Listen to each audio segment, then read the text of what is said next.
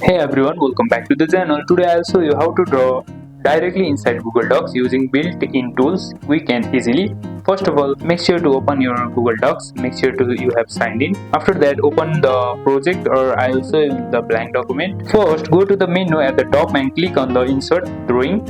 As you can see, here is the menus option.